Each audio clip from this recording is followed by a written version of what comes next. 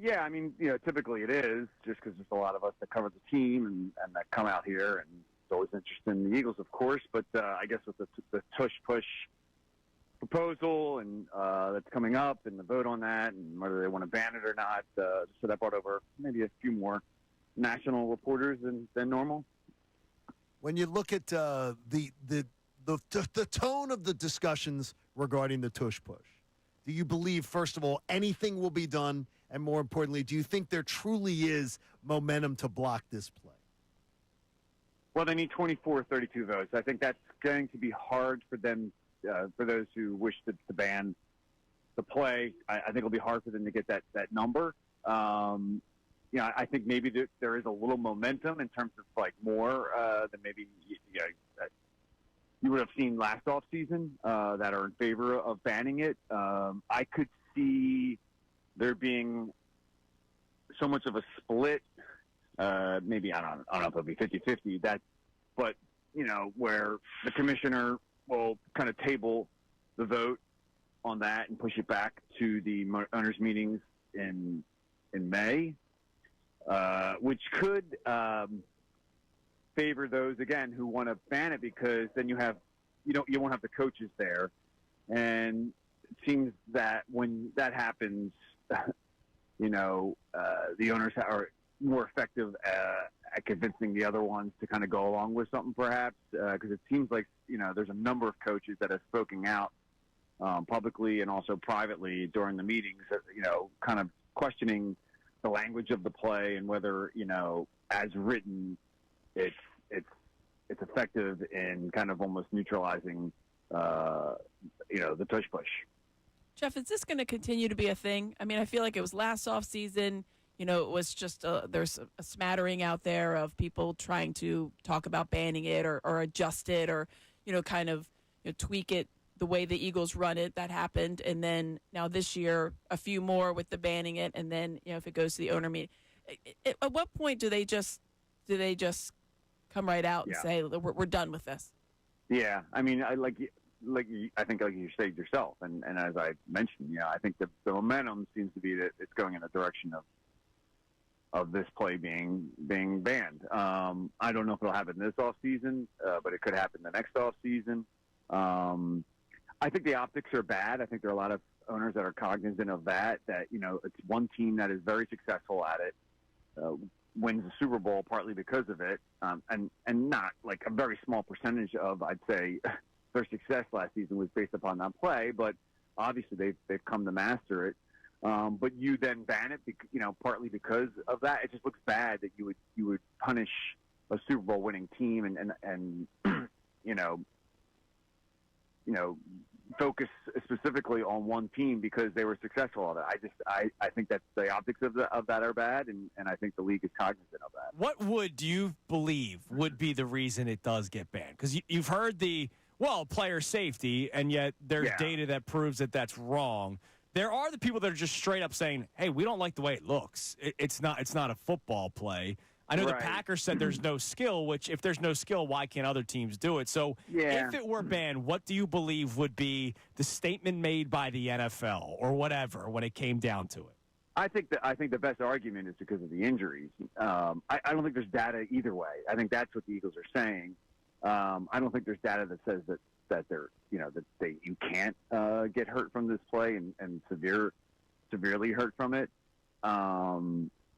But I think you can't. I don't think the league right now has the type of data that says this can happen because nothing really, quite frankly, has happened.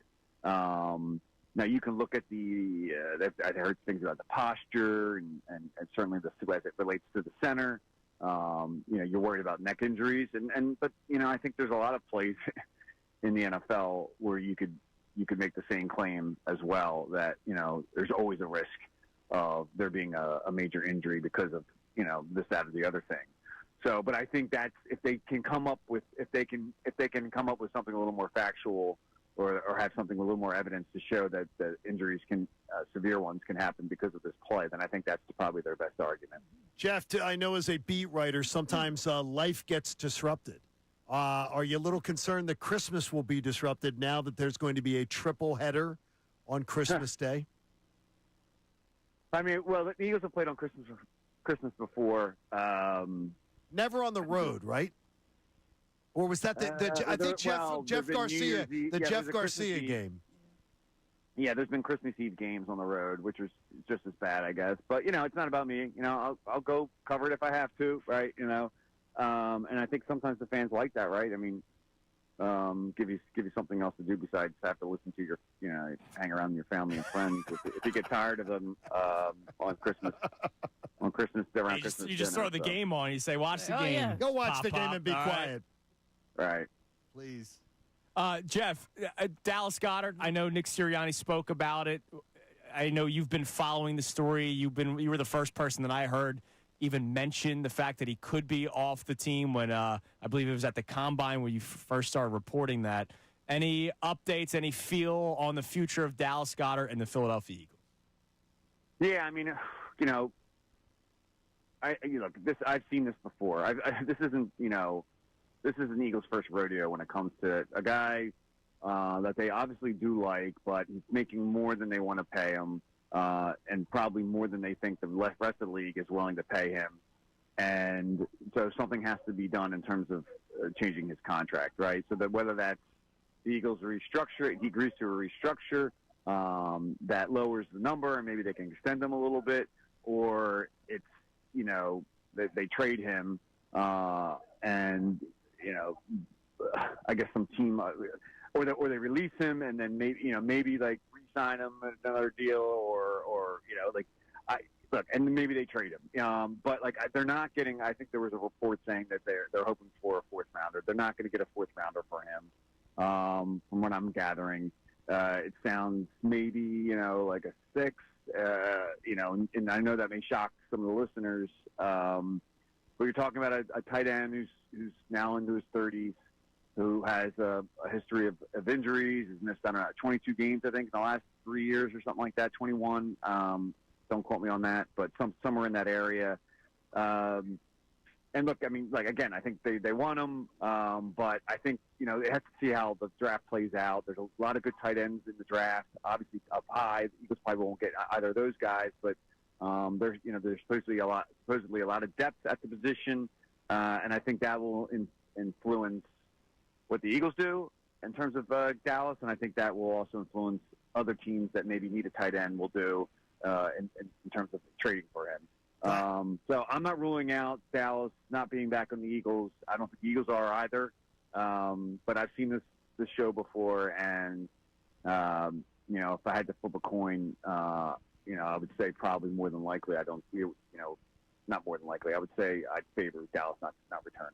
So Diana Rossina reporting that the NFL owners have approved the rule change that will allow both teams to possess the ball in overtime during the regular season. You like that? The overtime period's going to remain at 10 minutes, though. The Eagles had proposed 15. And the overtime period's going to remain just 10 minutes, but every team gets to possess it, I guess, unless one team wastes the clock out. Right. Well, I mean, look, I think that makes sense in terms of each team getting the opportunity, like they would in the Super Bowl. The Eagles didn't quite get what they wanted. I guess if what you're saying is true, that they're going to move it from 15 to 10. It's not going to be 15 minutes; it'll be 10 minutes. I think they worry about I don't know, time limits in terms of how long is this going to play out? Do you even need that much time? I think it's a good move. Do you think about? I mean, I guess Nick Sirianni talked a little bit about it. His contract at all at this point of where they are in the off season, just because he is going into that last year, Jeff? Yeah, I mean, something's going to get. It's no shock that something's going to get done soon here. They're going to extend Nick. Nick wants to be here. They want him. He just won a Super Bowl. I mean, it's the most obvious thing I think surrounding the Eagles this offseason is that there will be a contract extension for Nick Sirianni sometime in the offseason. I would say sooner rather than later. Jeff, you're the man. We appreciate the time as always. Keep up the great work. Jeff. We'll be following you along, and we can't wait for the verdict on today's vote about the tush push, man. We appreciate it. Yeah, well, unless there is, and they table it, guys. Exactly. That could I know. possibly happen. Yep. All right, Jeff. We'll talk to you next week. All right, guys. Talk to There you. he is, Jeff McLane on the Comcast Business Hotline, of course, from the Inquirer. Thank you so much for checking out our content on the 97.5 The Fanatic YouTube channel. Hope you enjoyed the video. And remember, you can always be checking the playlist. There may be something you missed from one of our shows during the day that you want to go back and check out. So every time you like a video, like it, subscribe to the channel, and you'll have that great content coming to you every single day. You're greatly appreciated.